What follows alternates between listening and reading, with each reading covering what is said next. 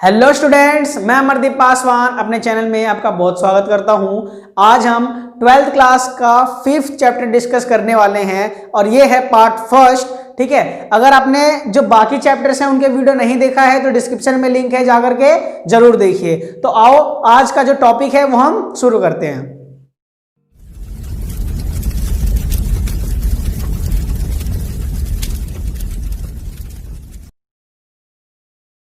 तो देखिए यहाँ पे जो समकालीन विश्व में दक्षिण एशिया है, सबसे पहले तो इसको जान लो कि एशिया के अंदर बहुत सारे देश आते हैं। ठीक है, एशिया में बहुत सारे देश आ रहे हैं, लेकिन यहाँ पे पूरे समकालीन विश्व के अंदर दक्षिण एशिया की बात की जा रही है। दक्षिण एशिया में जैसे देखो किसी भी गोले का अगर हम बात करें, ठीक है, यानी कि पृथ्वी की बात करें तो इधर पूर्व है, इधर पश्चिम है, इधर उत्तर है और इधर दक्षिण है। तो एशिया हमारा है यहाँ पे, तो इसका दक्षिण भाग कहाँ हुआ? इधर हुआ। तो हम इस वाले एरिया की बात कर रहे हैं कि समकालीन विश्व में दक्षिण एशिया क्या है, उसका परिचय देंगे और उसके बाद एक एक करके सभी देशों के बारे में उसके बारे में पढ़ेंगे। ठीक है, तो यहाँ पे ये सारे देश हैं जो कि दक्षिण एशिया में शामिल हैं। चीन को दक्षिण एशिया में शामिल नहीं किया गया है।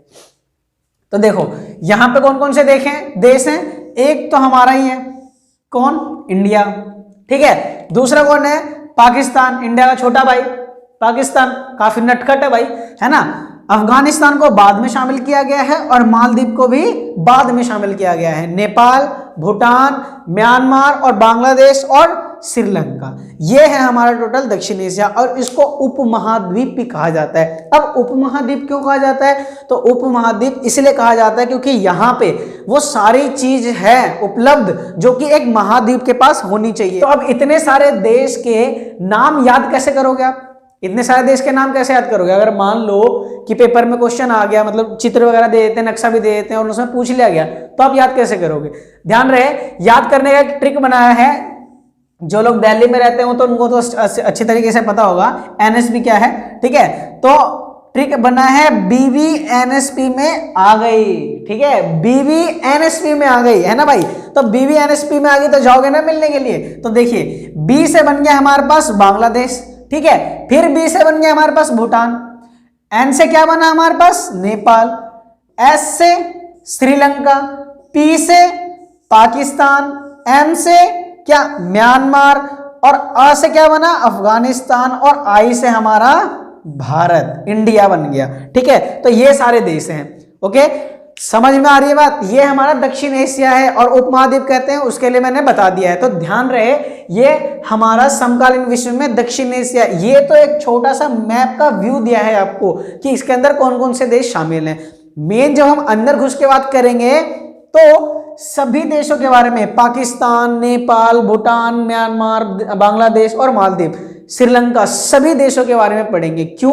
क्योंकि ये जितने भी देश हैं लगभग कम, मतलब आगे पीछे कुछ सालों का फर्क है, साथ साथ में ही स्वतंत्रता प्राप्त करते गए हैं। ठीक है, तो सबसे पहले हम बात करते हैं पाकिस्तान की, क्योंकि पता है ना गुस्सा हो जाता है भाई साहब ये, तो इसके बारे में पहले ही बात कर लेते हैं। तो बात हम पाकिस्तान की करें तो 1947 में 11:58 पर मध्य रात्रि 14 अगस्त 1947, ठीक है, पीएम, ओके, इस टाइम पे आजाद हुआ था कौन? पाकिस्तान। बड़े ही लड़ाई वगैरह करके मुस्लिम लीगों ने बहुत ज्यादा लड़ाई करी इंडिया वालों के साथ, तब जाकर के उनको पाकिस्तान बना करके दिया गया। ठीक है, माउंटबेटन जब थे उस टाइम पे ब्रिटिश के सरकार वाले। तो यहां पे जब पाकिस्तान आजाद हुआ तो सबसे पहले जो देखो यहां पे अभी जो क्वेश्चन करेंगे, ठीक है, वो क्वेश्चन क्या है कि पाकिस्तान में लोकतंत्र स्थापित क्यों नहीं हो पा रहा है। ठीक है, पाकिस्तान में बार बार लड़ाई झगड़े होते रहते हैं, बार बार, कभी सैनिक कभी लोकतंत्र, कभी सैनिक कभी लोकतंत्र, कभी सैनिक कभी लोकतंत्र, इस तरीके से चलता रहता है। ठीक है, तो ये तो बात हो रही है पाकिस्तान की। ध्यान रहे, तो पाकिस्तान में लोकतंत्र स्थापित क्यों नहीं हो पा रहा? तो यहां पे सबसे पहले जो सत्ता संभाली उनका नाम था जनरल आयूब खान। क्या नाम था? जैसे ही आजाद हुआ पाकिस्तान, उसके बाद सबसे पहले कौन आए? जनरल आयूब खान आए, जनरल आयूब खान। ठीक है, ये थे सबसे पहले। और ये देखो, जिस नाम में जनरल आ जाए जिस नाम में जनरल आ जाए वो कौन है, वो सैनिक है। यानी कि पाकिस्तान में कौन सी सत्ता स्थापित हुई भाई साहब, सैनिक सत्ता स्थापित हुई। ठीक है, सैनिक सत्ता स्थापित हुई। और बात करें आगे तो इसके बाद कुछ टाइम बाद आए कौन, जनरल याहिया खान, जनरल याहिया खान। ठीक है, जनरल याहिया खान, देख लो कैसे कैसे नाम है भाई। तो जैसे ही जनरल याहिया खान बने तो इनके टाइम में, यानी कि इनके नेतृत्व में जब पाकिस्तान में शासन चल रहा था, उस टाइम पे 1971 में बांग्लादेश का संकट आ गया। कौन सा, बांग्लादेश का संकट। क्योंकि उस टाइम पे बांग्लादेश को बांग्लादेश नहीं भाई, बल्कि उसे पूर्वी पाकिस्तान के नाम से जाना जाता था। किस नाम से जाना जाता था, पूर्वी पाकिस्तान, यानी कि छोटा पाकिस्तान, ध्यान रखना। तो यह है पश्चिमी पाकिस्तान, यह है पूर्वी पाकिस्तान। दोनों को मिक्स नहीं किया जा सकता, दोनों को मिक्स नहीं किया जा सकता। क्यों नहीं किया जा सकता, एक बार एक बिल आया था, बिल पेश हुआ था संविधान के अंदर। क्या बिल पेश हुआ था कि पाकिस्तान और बांग्लादेश के बीच में इस तरीके से रास्ता बनाया जाए। तो अगर रास्ता बना देंगे पाकिस्तान और बांग्लादेश के बीच में तो क्या होगा, इंडिया दो भागों में बट जाएगी। आप बताओ ना, आप करने दोगे क्या, बिल्कुल नहीं करने दोगे, भरोसा है मुझे। ठीक है, देखो तो पाकिस्तान और जो ये पश्चिमी पाकिस्तान है, ये पूर्वी पाकिस्तान है। तो यहां पे 1971 में देखो बेसिकली अलग क्यों हुआ, अलग होने का रीजन है। रीजन क्या है कि जब बांग्लादेश के लोग हैं वो अपना बंगाली भाषा बोलने चाहते हैं। ठीक है, वो खुद के कल्चर फॉलो करना चाहते हैं, खुद की ड्रेस पहनने चाहते हैं। समझ आ रही है बात। तो यहां पे जो पश्चिमी पाकिस्तान वाला है, जो बड़ा पाकिस्तान है, वो इस पर अपनी जो नियम है, जो नियम और कानून है, वो उस पर थापे जा रहा है। तो कोई इंसान, कोई देश या कोई कुछ भी कितना बर्दाश्त करेगा, नहीं करेगा ना। तो ये कहां से बर्दाश्त कर पाएंगे। तब इन्होंने इंडिया से हेल्प मांगी कि भाई आप है जो हमारी हेल्प करो, हम आजाद होना चाहते हैं। तब इंडिया ने हेल्प की थी, तब जाकर के पूर्वी पाकिस्तान खत्म हुआ और बांग्लादेश नाम का एक देश नया स्वतंत्र हुआ। उसी वजह से आपको पता होगा 1971 में इंडिया और पाकिस्तान का युद्ध भी लड़ा। ठीक है, तो जैसे ही युद्ध लड़ा उसके बाद आए कौन, जुल्फिकार अली भुट्टो। जुल्फिकार अली भुट्टो, ध्यान रखना, जुल्फिकार अली भुट्टो ये लोकतंत्र सरकार थे। ठीक है, लोकतांत्रिक सरकार के नेता थे जुल्फिकार अली भुट्टो। जुल्फिकार अली भुट्टो कहां के, पाकिस्तान। अभी हम जितनी बात कर रहे हैं पाकिस्तान की बात कर रहे हैं। ठीक है, तो जुल्फिकार अली जो भुट्टो थे उन्होंने लोकतंत्र स्थापित किया और इनकी 1971 से लेकर के 1977 तक चली।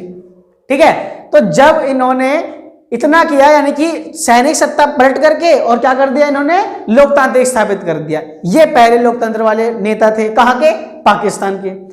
अगर अगले पॉइंट की हम बात करें तो जुल्फिकार अली भुट्टो ने 1977 तक इन्होंने राज करा, यानी कि सत्ता स्थापित करी। और इनके बाद एक आए जनरल जियाउल हक। क्या नाम था उनका, जनरल जियाउल हक। यहां पे बता देता हूं मैं। ठीक है, जनरल जियाउल हक ये नाम है। ठीक है, तो जनरल आ रहा है यानी कि फिर से सैनिक शासन। ठीक है, तो यहां पे जुल्फिकार अली भुट्टो का सरकार गिरा दी और जनरल क्या है, जनरल जियाउल हक ने अपना सत्ता स्थापित कर लिया। इनके बाद फिर से कौन आते हैं, बेनर्जी भुट्टो। कौन आते हैं, बेनर्जी भुट्टो। बेनर्जी भुट्टो ये जैसे जुल्फिकार अली भुट्टो थे लोकतांत्रिक सरकार का समर्थक, वैसे ही बेनर्जी भुट्टो भी कौन थे, लोकतांत्रिक सरकार का समर्थक। तो कब आए, ये थे 1982 में। और जैसे ही इनका जो सरकार गिरा, इनका जो सत्ता हटा, सैनिक का शासन हटा,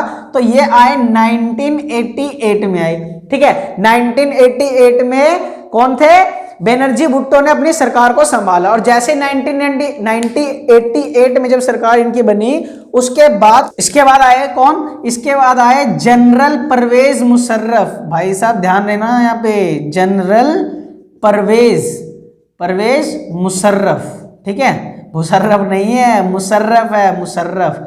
ठीक है, मुशर्रफ। तो ये थे जनरल परवेज मुशर्रफ। और जैसे ही ये सैनिक शासन स्थापित किया, कहां पे, पाकिस्तान में। पाकिस्तान में सैनिक शासन स्थापित करने के साथ ही इन्होंने देखो ये आए 1999 में और इसके 2 साल बाद यानी कि 2001 में इन्होंने क्या किया, 2001 में इन्होंने राष्ट्रपति के रूप में खुद को निर्वाचित कर लिया। तो क्या होगा, कानून इनके अनुसार बनेगा। तो यहां तक हम 2001 तक पहुंच गए। इसके बाद की हम बात करें तो इसके बाद देखो 2013 में आए नवाज शरीफ, ठीक है, नवाज शरीफ आए, ठीक है, और नवाज शरीफ के आते ही क्या हुआ, दोबारा से लोकतंत्र स्थापित हो गया। क्या स्थापित हो गया, लोकतंत्र स्थापित हुआ। और लोकतंत्र स्थापित हुआ उसके बाद भाई साहब 2017 की बात करें तो इस बेचारे पर, किस पर, नवाज शरीफ पर, बेचारा तो हम नहीं कह सकते, खैर वहां पे भ्रष्टाचार के मामले में इनको सुप्रीम कोर्ट ने मतलब